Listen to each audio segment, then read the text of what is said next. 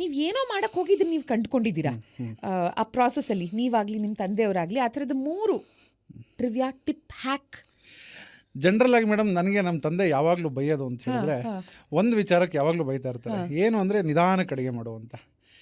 ನಿಧಾನಕ್ಕೆ ಏನಕ್ಕೆ ಅಡುಗೆ ಮಾಡಬೇಕು ಅಂತ ನಾನು ಸುಮಾರು ಸಲ ಕ್ವಶನ್ ಕೇಳಿದ್ರಿ. ಯಾವಾಗಲೂ ಅಷ್ಟೇ ನಿಧಾನಕ್ಕೆ ಅಡುಗೆ ಮಾಡಿದ್ರೆ ಶೆಲ್ಫ್ ಲೈಫ್ ಜಾಸ್ತಿ ಆಗುತ್ತೆ ಅನ್ನೋದು. ಅಂದರೆ ಸ್ಲೋ ಕುಕಿಂಗ್ ಪ್ರೊಸೆಸ್ ಯಾವಾಗಲೂ. ಹೌದು, ಓಕೆ. ನಿಧಾನಕ್ಕೆ ಅಂದರೆ ಸ್ಲೋ ಕುಕಿಂಗ್ ಪ್ರೊಸೆಸ್ಸಲ್ಲಿ ಜಾಸ್ತಿ ಹೊತ್ತು ಶೆಲ್ಫ್ ಲೈಫ್ ಇರುತ್ತೆ.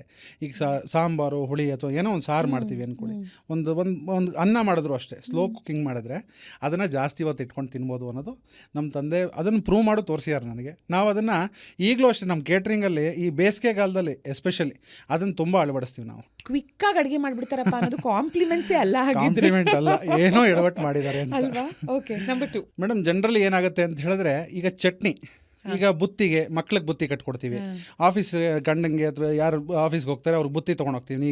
ನೀವೇ ಬುತ್ತಿ ತೊಗೊಂಬಂದಿದ್ರಿ. ಚಟ್ನಿಗೆ ಯಾವಾಗಲೂ ಉಪ್ಪು ಹಾಕದೇ ಹಾಗೆ ತೊಗೊಂಬಂದರೆ ಅದು ಸುಮಾರು ಹೊತ್ತು ಜಾಸ್ತಿ ಉಳಿಯುತ್ತೆ. ಯಾವುದೇ ಅಡುಗೆ ಆಗಿರ್ಬೋದು, ನಾವು ಉಪ್ಪನ್ನ ಸೇರಿಸದೆ ಹೋದರೆ ಅದು ಅಡುಗೆ ಜಾಸ್ತಿ ಹೊತ್ತು ಉಳಿಯುತ್ತೆ. ಯಾವುದೇ ಅಡುಗೆ ಉಪ್ಪು ಹಾಕದೆ ಹಾಗೆ ಬಿಟ್ಟು ಆಮೇಲೆ ನಾವು ಊಟ ಮಾಡೋ ಟೈಮಲ್ಲಿ ಅಥವಾ ನಾವು ಕನ್ಸ್ಯೂಮ್ ಮಾಡೋ ಟೈಮಲ್ಲಿ ನಾವು ಅದನ್ನು ಉಪ್ಪು ಹಾಕೊಂಡು ಕನ್ಸ್ಯೂಮ್ ಮಾಡಿದ್ರೆ ಅವಾಗ ಜಾಸ್ತಿ ಹೊತ್ತು ಉಳಿಯುತ್ತೆ. ಓ ಮೈ ಗಾಡ್. ಸೊ ಸುಮಾರು ಹೋಟೆಲ್ಸಲ್ಲಿ ಚಟ್ನಿ ಬೇಗ ಕೆಟ್ಟು ಹೋಗುತ್ತೆ, ನೋಡಿರ್ತೀವಿ. ಹೌದು, ನೀವು ಅವ್ರು ಇದನ್ನು ಫಾಲೋ ಮಾಡ್ಬೋದು ಮೇಡಮ್, ಅಲ್ವಾ? ಡೌಟೇ ಇಲ್ಲ. ನೈಸ್. ಓಕೆ, ಇನ್ನೊಂದು ಹೇಳ್ಬಿಡಿ ಸರ್. ಗ್ಯಾಸು, ಎಸ್ಪೆಷಲಿ ಗ್ಯಾಸ್ ಅಡುಗೆಗೂ ಸೌದೆ ಒಲೆ ಅಡುಗೆಗೂ ತುಂಬ ವ್ಯತ್ಯಾಸಗಳಿದೆ. ಇವತ್ತಿನ ಸಿಚುಯೇಷನ್ ನಿಮಗೆ ಗೊತ್ತಿರ್ಬೋದು, ಎಲ್ಲ ಗ್ಯಾಸ್ ಸುಮಾರು ಸಮಸ್ಯೆ ಆಗಿದೆ.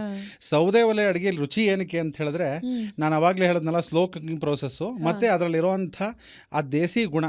ಈ ಅಡುಗೆ ಅಂತ ಹೇಳಿದ್ರೆ ಪಂಚಭೂತಗಳು 5 ಅಂದರೆ ಪಂಚಭೂತಗಳು ಸೇರಿ ಮಾಡೋವಂಥ ಕೆಲಸವೇ ಅಡುಗೆ ಆಗುತ್ತೆ, ಫೈನಲ್ ರಿಸಲ್ಟ್ ಯಾವಾಗಲೂ ಅಷ್ಟೆ. ಅದಕ್ಕೋಸ್ಕರ ಈ ಸೌದೆ ಒಲೆ ಅಡುಗೆ ಇನ್ನೂ ಹೆಚ್ಚು ರಿಸಲ್ಟ್ ಕೊಡುತ್ತೆ ಮತ್ತು ಆರೋಗ್ಯಕರನೂ ಹೌದು. ಅದೊಂದು ವಿಚಾರ, ಅದೊಂದು ಮಾಡೋಕ್ಕಾಗಲ್ವೇ?